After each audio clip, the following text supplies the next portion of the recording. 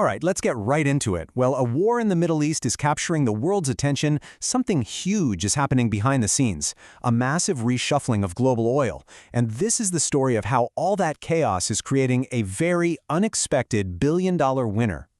What if I told you that this distant conflict is basically a gift to Russia? Yeah, a gift worth about $150 million every single day.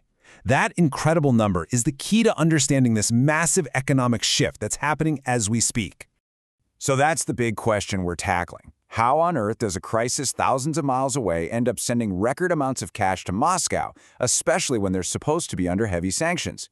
Well, the answer involves oil tankers, pipelines, and a huge change in who's friends with whom. Okay, so it all starts with a major shock to the global energy market. The problem is centered on one single, tiny, but unbelievably important spot on the map. This right here is the Strait of Hormuz. You can think of it as the world's oil superhighway. An incredible 1/5 of the entire planet's oil supply has to pass through this little waterway. But with the conflict heating up, that superhighway is now basically a parking lot. And the impact of that slowdown, it's huge. We're talking about a drop of 8 to 10 million barrels of oil from the global supply every single day. That's not a small hole. That's a gigantic crater that has countries scrambling to find oil anywhere they can. And as you'd expect, here's what happens next. When supply drops like a rock, prices go to the moon. Brent crude, which is the global benchmark, is shooting up towards $120 a barrel. Now, this is causing a lot of pain for most countries, but for one country, this is fantastic news.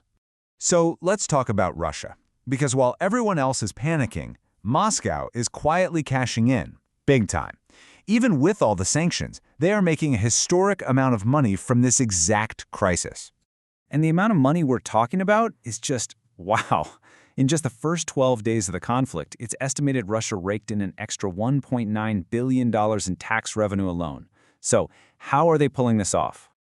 Okay, here's the key. For years, because of sanctions, Russia had to sell its Urals crude oil on the cheap at a big discount. But now, the world is desperate for oil, any oil. And that discount? Poof, it's gone. In fact, Russian oil is now so in demand, it's sometimes selling for even more than the global price. And this is all happening because of what we're calling the Great Buyer Swap. Basically, the whole customer list for Russian oil has been torn up and rewritten in just a few weeks. You see, for the last couple of years, India was Russia's #1 customer for that cheap oil. Until now. Suddenly, major refiners there are backing away. Why? Well, they're trying to avoid getting hit with sanctions themselves, and there's a huge new trade deal with the US on the table. So, where's all that oil going? Simple. China. Beijing is jumping in with both feet, buying up everything India doesn't want anymore. I mean, just look at this, a 70% jump in a single month. That's not a small change. That's a massive strategic move. And don't think this is just a one-off thing. Oh no. Chinese state-owned energy giants are signing long-term contracts, locking in these Russian barrels for months and months to come. It's a major pivot to make sure their energy supply is secure. Okay, so with all this chaos, you've got other big players trying to calm things down. And Saudi Arabia has just pulled an ace from its sleeve.